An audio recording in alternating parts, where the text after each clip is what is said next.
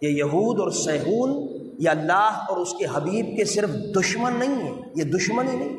یہ پورے عالم انسانیت کے دشمن ہیں، یہ کائنات کے مالک اور خالق کے گستاخ ہیں۔ قرآن بھرا ہوا ان کی گستاخیوں سے، بھرا پڑا۔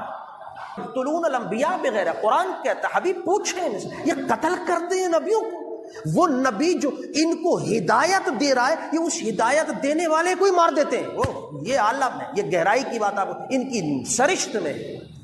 ان کی نیچر میں ہے، اس یہود کی، اور خاص طور پہ جو اس میں بھی جو زائنسٹ کہلاتے ہیں، جو سیہونی کہلاتے ہیں۔ بعض یہودی اچھے بھی، قرآن نے اس کا بھی ذکر کیا کہ بہت کم یہودی ایسے جو رات کے سارے، لیکن اکثریت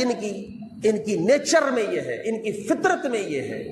کہ یہ کبھی بھی زندگی کے اندر کسی ہدایت دینے والے کو، کسی نبی کو، کسی اعلیٰ برداشت نہیں کر سکتے۔ تفصیل سے پورے آپ اس سے پڑھ سکتے ہیں ان کے حضرت داؤد علیہ السلام کے زمانے کے واقعات، حضرت سلیمان علیہ السلام کے زمانے میں ان کا کردار، حضرت موسیٰ کے زمانے میں علیہ السلام کے زمانے میں کردار، عیسیٰ علیہ السلام کے زمانے میں کردار۔ قرآن نے سارے واقعات تفصیل سے، حضرت زکریا کے زمانے، آج کی تو قوم نہیں ہے، تو بہت پرانی قوم ہے۔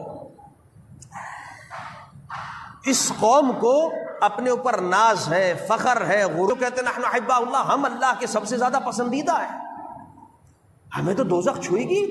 ہم کیسے جہنم میں جا سکتے ہیں؟ جہنم اور ہم یہودی، سوال ہی پیدا نہیں ہو سکتا۔ قرآن نے اس کے رد کی ہے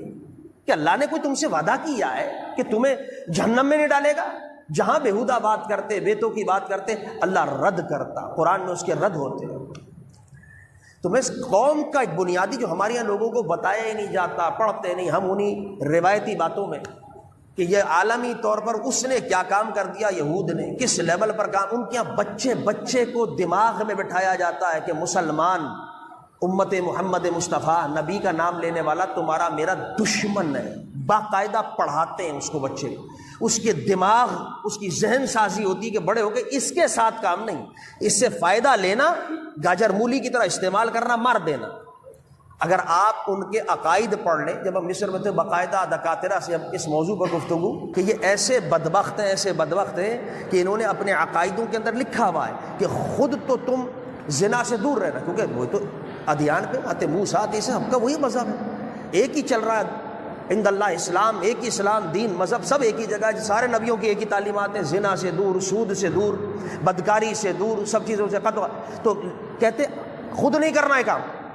سود نہیں کھانا ہے، زنا، لیکن باقی جتنی قومیں ہیں، خاص طور پہ مسلمان، مسیحی، عیسائیوں کو بھی اہمیت نہیں دیتے، یہ سارے تمہارے غلام ہیں، تمہاری خدمت کے لیے پیدا کیے گئے، ان سے کرنا چاہو ان کی عورتوں سے زنا کرو، کوئی مسئلہ نہیں، سود ان کو کھلواؤ، کوئی مسئلہ نہیں۔ یعنی اتنے بے غیرتی ہے ان کے دماغ میں، ان کی فطرت میں، ان کی سوچ میں، اس قدر گھٹیا پن ہے۔